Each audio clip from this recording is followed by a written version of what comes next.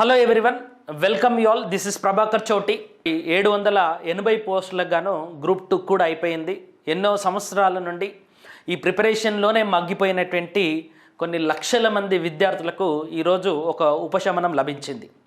దాంతోపాటుగా భవిష్యత్తు కార్యాచరణను నిర్ణయించుకోవాల్సినటువంటి ఒక సమయం కూడా వచ్చింది. ఎంతమంది రాసినా కూడా, ఎన్ని లక్షల మంది రాసినా కూడా ఉద్యోగం గ్రూప్ 1, 2, 3, 4 మొత్తం ఉద్యోగాలు కలిపితే మీకు 15,000 దాటవు. ఓకే, 15,000 దాటవు అన్ని ఉద్యోగాలు కలిపినా కూడా. సో మిగతా వాళ్ళందరూ కూడా మరొక యుద్ధానికి సిద్ధం కావాల్సినటువంటి పరిస్థితి. సో ఈ క్రమంలోనే ఎకానమీ పేపర్ ఎట్లొచ్చింది, గ్రూప్ 3 తోటి పోల్చుకుంటే ఎట్లా ఉంది, ఒక ఎర్లీ యాక్సెస్ మాత్రమే ఇది. దాని తర్వాత 150 ప్రశ్నలకు సంబంధించి ఒక్కొక్క ప్రశ్న, ఆ ప్రశ్న యొక్క స్థాయి ఏంటి, ఈ ప్రశ్న ఏ పుస్తకంలో నుండి వచ్చింది, ఏ సోర్స్ నుండి వచ్చింది, ఈ ప్రశ్నను సాల్వ్ చేయాలి అంటే మీకు ఉండాల్సినటువంటి సోర్స్ ఏంటి, నాలెడ్జ్ ఏంటి అనేటటువంటి అన్ని అంశాలను మనం మళ్ళీ తర్వాత డిస్కస్ చేద్దాం. సో దానికంటే ముందు ఈ ప్రశ్నపత్రాన్ని ఒక ఓవర్లుక్ చూసి, ఈ ప్రశ్నపత్రంలో ఏ ప్రశ్నలు డామినేట్ చేశాయి, ఈ ప్రశ్నపత్రం నుండి మనం నేర్చుకోవాల్సినటువంటి అంశాలు ఏంటి, టీఎస్పీఎస్సీ ఏం ప్రూవ్ చేయదలుచుకుంది అనేటటువంటి అన్ని అంశాలను కూడా మనము డిస్కస్ చేద్దాం. ఓకే, సో దాంట్లో భాగంగానే నేను క్వశ్చన్ పేపర్ రాగానే కొంత పోల్ తీసుకోవడానికి ప్రయత్నం చేసిన. సో విద్యార్థుల యొక్క రెస్పాన్స్ని కనుక ఒకసారి గమనిస్తే ఆల్మోస్ట్ 1,300లకు పైగా మరి ఓటేసిరు. ఇది పెద్ద నెంబర్ కాదు, బట్ శాంపుల్ సైజ్ కనుక తీసుకుంటే 1,300 మంది ఓటేసి దీంట్లో 35% ఆఫ్ ద పీపుల్ మోడరేట్ అని చెప్పారు. 49% ఆఫ్ ద పీపుల్ డిఫికల్ట్గా ఉంది అనేటటువంటి ఆన్సర్ని ఇచ్చారు. ఇది టెలిగ్రామ్లో పెట్టినటువంటి పోస్టు. సో రేపు ఎల్లుండి మళ్ళీ మనం ఫుల్ అనాలిసిస్ చేసే నాటికి విద్యార్థుల యొక్క రెస్పాన్సెస్ ఎక్కువైపోయి మనం సంపూర్ణమైనటువంటి అనాలిసిస్ ఇంకా చేయొచ్చు. తర్వాత యూట్యూబ్లో పెట్టినటువంటి దాంట్లో కూడా maximum people, so 31% of the people moderate అంటే 47% ఆఫ్ ద పీపుల్ డిఫికల్ట్ అనేటటువంటి ఓట్ వేయడం జరిగింది. సో నేను పేపర్ మొత్తాన్ని చూసిన తర్వాత ఈ పేపర్ కూడా మోడరేట్ టు డిఫికల్ట్ లెవెల్ వచ్చింది అని చెప్పొచ్చు. సో దీంట్లో కొన్ని ఈజీ క్వశ్చన్స్ కూడా ఉన్నాయి, కానీ మ్యాక్సిమం క్వశ్చన్ పేపర్ అంతా కూడా మోడరేట్ లెవెల్ నుండి డిఫికల్ట్ లెవెల్కి డ్రైవ్ చేసింది అని చెప్పొచ్చు. ఈ పర్టికులర్ క్వశ్చన్ పేపర్లో సో 80 ఎబోవ్ మార్క్స్ కనుక మీరు స్కోర్ చేయగలిగితే ఇది మంచి స్కోర్ అని చెప్పొచ్చు. 80 అండ్ ఎబోవ్ స్కోర్ కనుక చేయగలిగితే this is good score. So more than 100 score అనేది ఎక్సలెంట్ స్కోర్ అని చెప్పొచ్చు.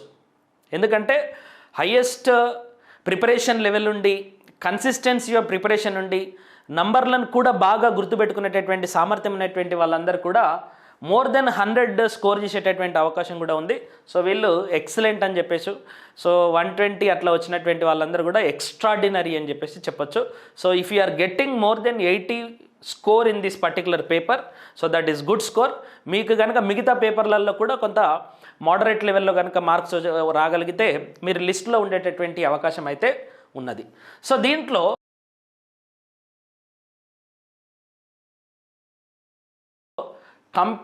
Compared to group 3 exam, so group 3 అంతా కూడా 2024 survey, 2024-25 budget, ever latest current అఫైర్స్ని బేస్ చేసుకొని వచ్చింది. చాలామంది గ్రూప్ 3 పేపర్ చాలా డిఫికల్ట్గా వచ్చింది అనేటటువంటి అభిప్రాయాన్ని వెలబుచ్చారు. బట్ గ్రూప్ 2 కనుక చూస్తే గ్రూప్ 3 తోటి పోల్చుకుంటే కొంత మోడరేట్గానే ఉంది. ఎలిమినేషన్ మెథడ్ని కనుక మనం ఉపయోగించగలిగితే కొంత ఎక్కువ క్వశ్చన్లను సాల్వ్ చేయొచ్చు. కాన్సెప్షువల్ క్వశ్చన్స్ కూడా ఎక్కువగా వచ్చినాయి అనేటటువంటి అంశాన్ని మనము గుర్తించవచ్చు. తర్వాత ఎకానమీ గ్రూప్ 3 పేపర్లో లేటెస్ట్ వర్షన్ డాటా వస్తే గ్రూప్ 2 పేపర్లో కొంత ఓల్డ్ డాటా వచ్చింది అనేటటువంటి అంశాన్ని కూడా మనము అర్థం చేసుకోవచ్చు. అయితే గ్రూప్ 2లో అన్ని పేపర్లలో ఓల్డ్ డాటా వచ్చిందంటే నో. మీరు పేపర్ 1 కనుక చూసుకుంటే మ్యాక్సిమం డాటా 2024కి సంబంధించినటువంటి డాటా వచ్చింది. బట్ ఎకానమీలో మాత్రం కొంత ఓల్డ్ డాటా అడిగినటువంటి సందర్భాలని చూడొచ్చు. సో గ్రూప్ 2 మొత్తానికి కూడా ఓల్డ్ డాటా బేస్డ్ ప్రిపేర్ అయితే కూడా కొంత ఇబ్బంది అయ్యేటటువంటి పరిస్థితి ఉంటుంది. సో ఏ డాటా వస్తుందనేది ఎవరు చెప్పలేరు. సో అన్ని డాటాలు ప్రిపేర్ కావాల్సినటువంటి పరిస్థితి ఇప్పుడు వచ్చింది. తర్వాత గ్రూప్ 2 పేపర్లో ఎవరైతే ఎలిమినేషన్ మెథడ్ను ఫాలో అవుతారో వాళ్ళు ఎక్కువ ప్రశ్నలను ఆన్సర్ చేసేటటువంటి అవకాశం ఉంటుంది. సో 100% రాంగ్ అయినటువంటి ఆప్షన్ కనుక మీరు ఎలిమినేట్ చేసి 100% రైట్ అయినటువంటి ఆప్షన్ కనుక మీరు కొంత టిక్ చేసుకోగలిగితే మిగతా ఆన్సర్ను రాబట్టడం అనేది కొంత ఈజీ ప్రాసెస్ ఉన్నది ఇక్కడ. సో ఎవరైతే ఈ 2 ప్రిన్సిపల్స్ని పాటించారో వాళ్ళు ఎక్కువ క్వశ్చన్స్ని ఆన్సర్ చేసేటటువంటి అవకాశం అనేది ఉన్నది. మరి క్వశ్చన్స్ అన్ని ఎక్కడి నుండి వచ్చినాయి, ఏ సోర్స్ నుండి క్వశ్చన్స్ వచ్చినాయంటే మ్యాక్సిమం క్వశ్చన్స్ మీకు కాన్సెప్ట్స్ ఓరియంటెడ్ క్వశ్చన్స్ వచ్చినాయి. సో కాన్సెప్ట్ ఓరియంటెడ్ క్వశ్చన్స్ ఏ చాప్టర్లో నుండి ఎక్కువ వచ్చినాయంటే మీరు నేషనల్ ఇన్కమ్ చాప్టర్లో నుండి కంప్లీట్ కాన్సెప్షువల్ క్వశ్చన్స్ వచ్చినాయి ఇండియన్ నేషనల్ ఇన్కమ్ నుండి. దాని తర్వాత మీకు డెమోగ్రఫీలో కూడా కొన్ని కాన్సెప్ట్స్ వచ్చినాయి. అన్ఎంప్లాయ్మెంట్ నుండి కాన్సెప్ట్స్, పావర్టీ నుండి కాన్సెప్ట్స్, ప్లానింగ్ నుండి కాన్సెప్ట్స్ వచ్చినాయి, నీతి ఆయోగ్ నుండి కాన్సెప్ట్స్ వచ్చినాయి, సోషల్ డెవలప్మెంట్ నుండి క్రొనాలజీ ఆర్డర్ నుండి ఎక్కువ ప్రశ్నలు వచ్చినాయి. సో వీలైనన్ని చోట్ల గ్రోత్ అండ్ డెవలప్మెంట్ నుండి కాన్సెప్షువల్ క్వశ్చన్స్ వచ్చినాయి. Highest conceptual questions national income నుండి వచ్చినాయి. కాబట్టి కాన్సెప్షువల్ క్వశ్చన్స్ కూడా మరి మెజారిటీ ఆఫ్ పర్సంటేజ్ అడిగిండు. దాని తర్వాత కాకుండా లాస్ట్ సర్వే, సో దాంట్లో నుండి చాలా క్వశ్చన్స్ రావడం జరిగింది. తర్వాత సెన్సెస్ 2011 నుండి కూడా చాలా క్వశ్చన్స్ వచ్చినాయి. డెమోగ్రఫీ చాప్టర్ నుండి చూసుకుంటే చాలా క్వశ్చన్స్ సెన్సెస్ 2011 నుండి వచ్చినాయి. గ్రూప్ 3లో మీకు ఎన్ఎఫ్హెచ్ఎస్ 5 డాటా నుండి ప్రశ్నలు ఇస్తే గ్రూప్ 2లో ఎన్ఎఫ్హెచ్ఎస్ 4 నుండి కూడా చాలా ప్రశ్నలు అడగడం అనేది జరిగింది. సో డామినేటెడ్ పోర్షన్ ఇది.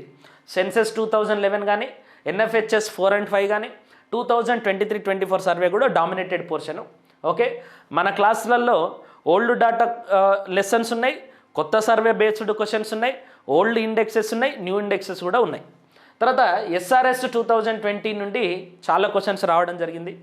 హెచ్డిఐ 2024 రిపోర్ట్ నుండి క్వశ్చన్స్ వచ్చినాయి. ఒక్క హెచ్డిఐ నుండే ఆల్మోస్ట్ 7 ప్రశ్నలు అడిగిండు. ఒక్క హెచ్డిఐ కాన్సెప్ట్ నుండి 7 ప్రశ్నలు అడిగిండు. This is dominated. దాని తర్వాత రీసెంట్ హెల్త్ రిపోర్ట్ నుండి కూడా కొన్ని ప్రశ్నలు అడగడం జరిగింది. నీతి ఆయోగ్ విడుదల చేసినటువంటి హెల్త్ రిపోర్ట్ నుండి ప్రశ్నలు అడిగినాయి.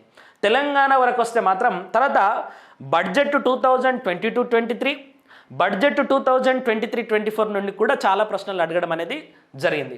So Telangana socio economic outlook 2023 నుండి చాలా ప్రశ్నలు వచ్చినాయి. దాని తర్వాత Telangana vote and account budget నుండి కూడా చాలా ప్రశ్నలు వచ్చినాయి. తర్వాత తెలంగాణ వైట్ పేపర్ నుండి ప్రశ్నలు వచ్చినాయి. 2014 సర్వే నుండి మళ్ళీ 7-8 ప్రశ్నలు వచ్చినాయి. 2014-15 ల్యాండ్ హోల్డింగ్ సర్వే నుండి కూడా ప్రశ్నలు వచ్చినాయి.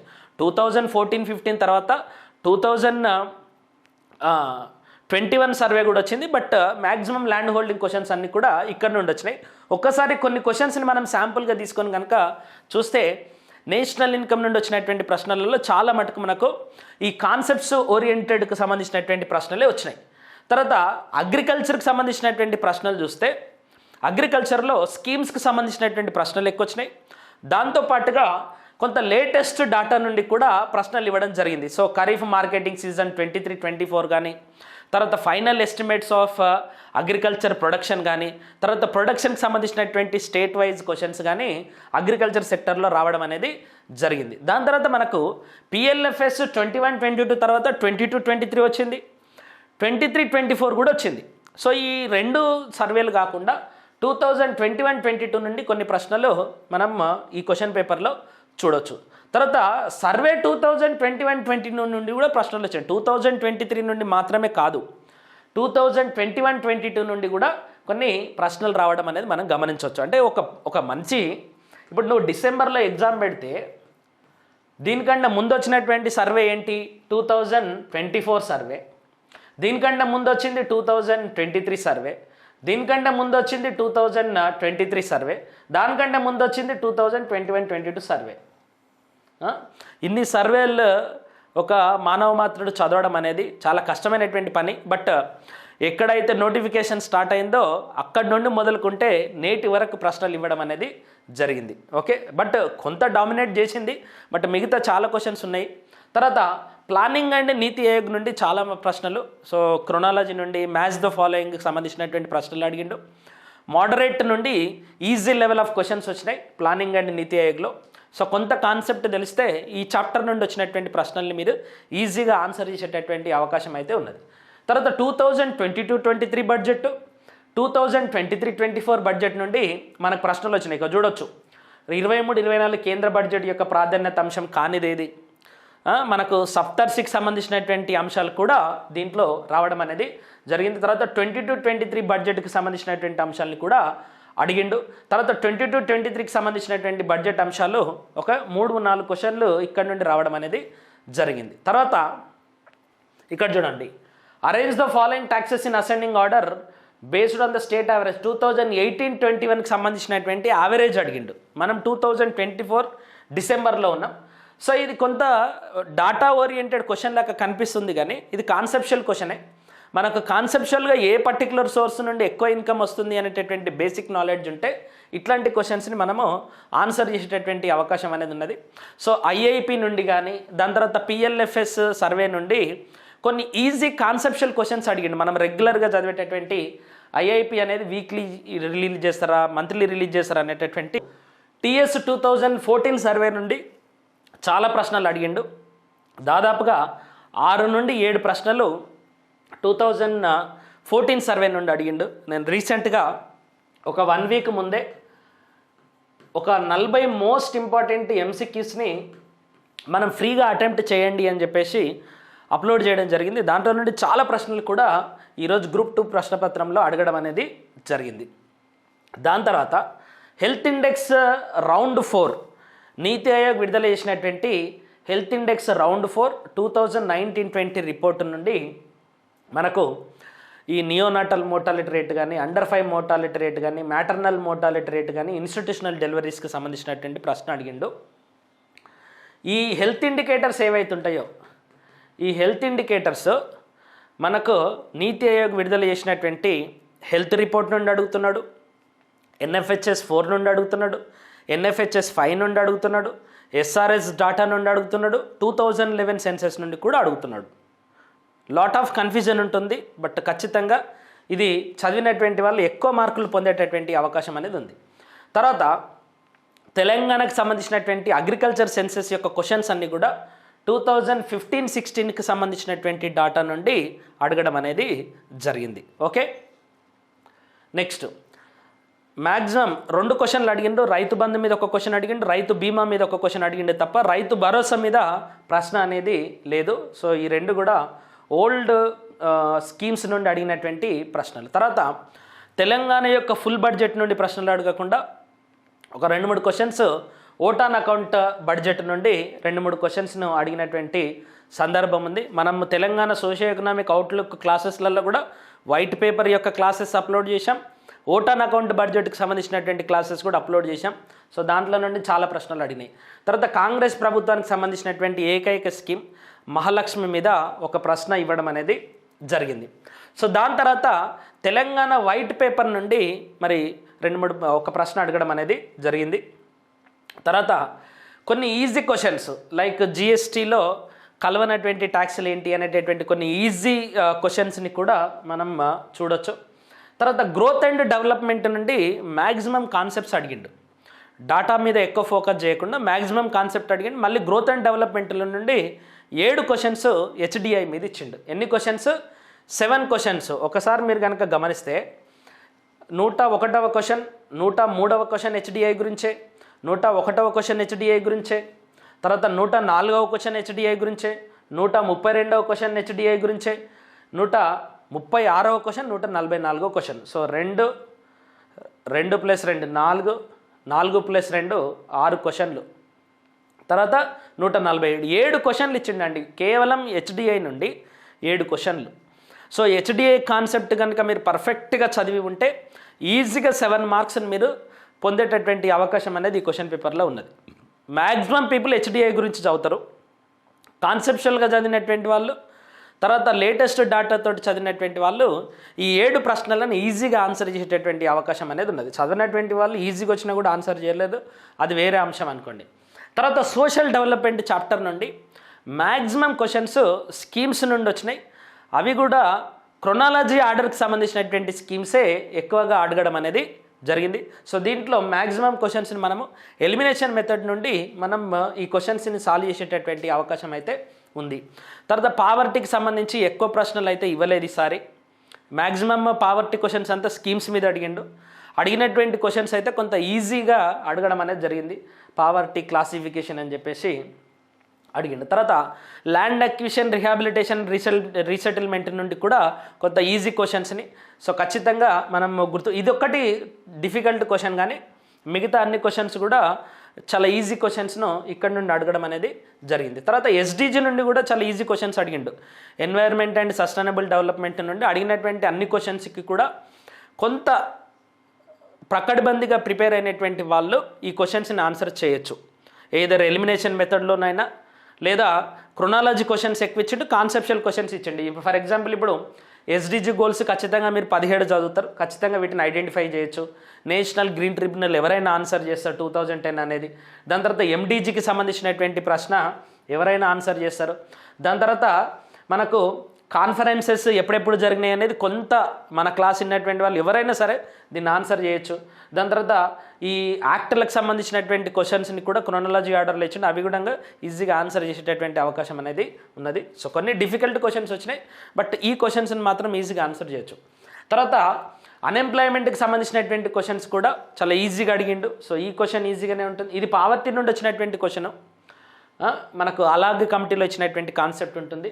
సో దాని తర్వాత ఎన్ఎస్ఎస్ఓకి సంబంధించినటువంటి డాటా, అది కూడా కొంత ఈజీ క్వశ్చన్ అని చెప్పేసి చెప్పొచ్చు. సో ఓవరాల్గా మనం ఈ పర్టికులర్ పేపర్ నుండి గమనించేది ఏంటంటే, ఎవరైతే 2011 సెన్సెస్ బాగా చదివారో, ఎవరైతే NFHS 4 as well as the 5 అనేటటువంటి డాక్యుమెంట్స్ని కంప్లీట్గా చదివారో, ఎవరికైతే స్కీమ్స్ యొక్క లాంచింగ్ మీద పూర్తి అవగాహన ఉంటుందో, ఎవరికైతే తెలంగాణ 2014 ఎకనామిక్ సర్వే పైన పూర్తి స్థాయి పట్టుంటుందో, ఎవరికైతే మిగతా చాప్టర్ల మీద క్రొనాలజీ మీద పట్టున్నటువంటి వాళ్ళు, క్రొనాలజీ అనేది డామినేట్ చేసింది అని చెప్పేసి చెప్పొచ్చు. తర్వాత హెచ్డిఐ కూడా ఈ పర్టికులర్ క్వశ్చన్ పేపర్లో డామినేట్ చేసింది అని చెప్పేసి చెప్పొచ్చు. సో ఈ హెచ్డిఐ క్రొనాలజీ యొక్క సంవత్సరాల మీద కానీ, 2014 సర్వే మీద కానీ, స్కీమ్స్ కానీ, తర్వాత వైట్ పేపర్ పైన కానీ, ఓట్ ఆన్ అకౌంట్ బడ్జెట్ పైన కానీ, తర్వాత తెలంగాణ ఎకానమీకి సంబంధించి మనకు మొదటి చాప్టర్లో నుండి కాన్సెప్షువల్ క్వశ్చన్స్, ఇప్పుడు ఎస్ఆర్సి కమిటీ కానీ, వాంచ్ కమిటీ కానీ, లలిత్ కుమార్ కమిటీ కానీ, ఇవి ఈజీగా అడిగిండు. ల్యాండ్ అక్విజిషన్ సంబంధించినటువంటి దాంట్లో కూడా ల్యాండ్ రిఫార్మ్స్ నుండి కూడా ఈజీ క్వశ్చన్ అడిగిండు. బట్ డిఫికల్ట్ క్వశ్చన్స్ ఏంటి అంటే, కొంత 2023 డాటా అడగడం అనేది మాత్రమే డిఫికల్ట్గా, మిగతాయి మోడరేట్ లెవెల్ నుండి డిఫికల్ట్ లెవెల్ వరకు క్వశ్చన్స్ ఉన్నాయి. మళ్ళీ చెప్తున్నాను, తూతూ మంత్రంగా మనం ప్రిపేర్ అయ్యి ఇష్టం వచ్చినప్పుడు మాత్రమే ఏదో ఒక చిన్న బుక్ చదివి ఈ యూట్యూబ్ ఛానల్లో 10 క్వశ్చన్స్ వస్తాయి, ఇక ఇది మిస్ అయితే మీ జీవితం లేదు అనేటటువంటి వీడియోలు మాత్రమే చూసి, ఎక్కడో ఒక దగ్గర ఒక బిడ్ బ్యాంక్ తీసుకొని 50 క్వశ్చన్లు నేను ప్రాక్టీస్ చేసిన, 100 క్వశ్చన్లు నేను ప్రాక్టీస్ చేసిన అనేటటువంటి వాళ్ళకు ఖచ్చితంగా ఈ క్వశ్చన్ పేపర్ చాలా డిఫికల్ట్ క్వశ్చన్ పేపర్. సుదీర్ఘంగా మొదటి రోజు నుండి మీరు గ్రూప్ 2 ప్రిపరేషన్ స్టార్ట్ చేసిన తర్వాత సుదీర్ఘంగా క్లాసెస్ వింటూ, సుదీర్ఘంగా మీరు వచ్చినటువంటి ప్రతి అప్డేట్ను, ప్రతి కాన్సెప్ట్ను కూడా చదువుకుంటూ, ఒక లాంగ్ టర్మ్ ప్రిపరేషన్లో ఉండి సీరియస్ ట్రై చేసినటువంటి వాళ్ళు ఎవరైతే ఉంటారో వాళ్లకు ఈ క్వశ్చన్ పేపర్ కొంత చేసేటటువంటి అవకాశం అయితే ఉంది. మరీ తెలియనటువంటి అంశాలు అయితే ఏం లేవు క్వశ్చన్ పేపర్లో. సో ఇది అసలు నేను ఎప్పుడు చూడలేదు అనేటటువంటి అంశాలు ఏం లేవు. మీకు కొంత డిఫికల్ట్ కలిగినటువంటి అంశం ఏంటంటే 2023 సర్వే నుండి ఎక్కువ ప్రశ్నలు రావడం. అయితే మొన్న మాత్రమే, అంటే జూలై తర్వాత మాత్రమే 2024 సర్వే చదివారు మీరు. జూలై తర్వాత మాత్రమే 2024 సర్వే చదివారు. ఓకే, జూలై కంటే ముందు ఏం చదివారు మీరు? పాత సర్వేనే చదివారు. ఇప్పుడు మన క్లాసెస్ ఫిబ్రవరిలో మొదలు పెడితే ఫిబ్రవరి నుండి పాత సర్వే ప్రకారమే క్లాసులు ఉండే, కొత్త సర్వే వచ్చిన తర్వాత మాత్రమే మనం కొత్త సర్వేని సపరేట్గా అప్డేట్ చేయడం జరిగింది. అట్లా చాలామంది ప్రిపరేషన్ ఇంతకుముందు మొదలుపెట్టినటువంటి వాళ్ళందరూ కూడా ఈ 2023 సర్వేలో ఉన్నటువంటి అంశాలపైన సో చాలా అవగాహన ఉన్నటువంటి వ్యక్తులే ఉన్నారు. సో వాళ్ళు కొన్ని అంటే ఎలిమినేషన్ చేస్తే కూడా వచ్చేటటువంటి క్వశ్చన్స్ కూడా దీంట్లో ఉన్నాయి. కాబట్టి ఎకానమీ పేపరు ఒక స్టాండర్డ్ నుండి మొదలుకుంటే ఒక డిఫికల్ట్ లెవెల్ వరకు ఉంది అని చెప్పేసి చెప్పొచ్చు. పేపర్ 1 కూడా గ్రూప్ 2లో ఇచ్చినటువంటి పేపర్ 1 కూడా కొంత టఫ్గానే ఉంది అనేటటువంటి నిజాన్ని మనం గమనించాలి. తర్వాత పేపర్ 2లో కూడా మరి హిస్టరీ అనేటటువంటి అంశం కొంత డిఫికల్టీ కలిగించేటటువంటి అంశమే ఉన్నది. ఓకే, అండ్ ఎకానమీ కూడా చాలా స్టాండర్డ్గా ఇచ్చినటువంటి సందర్భాన్ని మనము చూడొచ్చు. ఓవరాల్గా మరి గ్రూప్ 2లో ఎంత కట్ ఆఫ్ ఉండొచ్చు, అండ్ ఈ ఎకానమీ పేపర్లో 150 ప్రశ్నలకు సంబంధించినటువంటి ఆన్సర్లు ఏంటి, అండ్ ఓవరాల్గా గ్రూప్ 3లో ఎంత కట్ ఆఫ్ ఉండొచ్చు అనేటటువంటి అన్ని అంశాలు కూడా మనం తర్వాత వీడియోలో డిస్కషన్ చేద్దాం. సో మీకు డిఫికల్ట్ అనిపించినటువంటి క్వశ్చన్స్ ఏంటి, మీకు ఎంత స్కోర్ వస్తుంది, ఇట్లాంటి అంశాలన్నీ కూడా మీరు కామెంట్ రూపంలో తెలియజేయండి. సో ఇంకా ఏమైనా డౌట్స్ ఉంటే కూడా నాకు మెసేజ్ చేయండి. సో నాకు అప్పటికే పేపర్ రాసిన తర్వాత మరి చాలామంది పిల్లలు నాకు మెసేజ్ చేసిరు. సో దాంట్లో చాలామంది చాలా బాగా రాసినాం అనేటటువంటి మెసేజ్ ఇచ్చారు. సో ఎవరెవరైతే బాగా రాశారో వాళ్ళందరికీ కూడా శుభాకాంక్షలు. ఎవరెవరైతే బాగా రాయలేదో మళ్ళీ మీరు ఉద్యోగం పొందాలి అనేటటువంటి కసి పట్టుదల కనుక ఉంటే సో నెక్స్ట్ ప్రిపరేషన్ ఇప్పటి నుండే స్టార్ట్ చేయండి. ఇప్పుడు వచ్చినటువంటి క్వశ్చన్ పేపర్లను ఆధారంగా చేసుకొని ఏ స్టాండర్డ్లో ప్రిపేర్ కావాలి అనేది నిర్ణయించుకొని మీరు మొదలు పెట్టండి. మళ్ళీ చెప్తున్నాను, నిజంగా ఉద్యోగం కొట్టాలి అని అంటే పిచ్చి పిచ్చిగా చదవండి, స్టాండర్డ్ బుక్స్ చదవండి, స్టాండర్డ్ క్లాసెస్ వినండి. ఖచ్చితంగా ఉద్యోగం కొట్టడానికి కావాల్సినటువంటి కంప్లీట్ మెటీరియల్ని చదవండి. తూతూ మంత్రంగా నామకే వాస్తే చదివి మీరు టైం వేస్ట్ చేసుకోవద్దు. ఇంకొక కెరియర్ను కూడా పొందలేనటువంటి పరిస్థితి వస్తుంది. కాబట్టి బాగా రాసిన వాళ్ళందరికీ కూడా సో నా యొక్క ఆల్ ది బెస్ట్. బాగా రాయనటువంటి వాళ్ళందరూ కూడా నెక్స్ట్ యుద్ధాన్ని స్టార్ట్ చేయండి. Thank you all. So very soon you are going to get complete analysis on the paper 3. Thank you.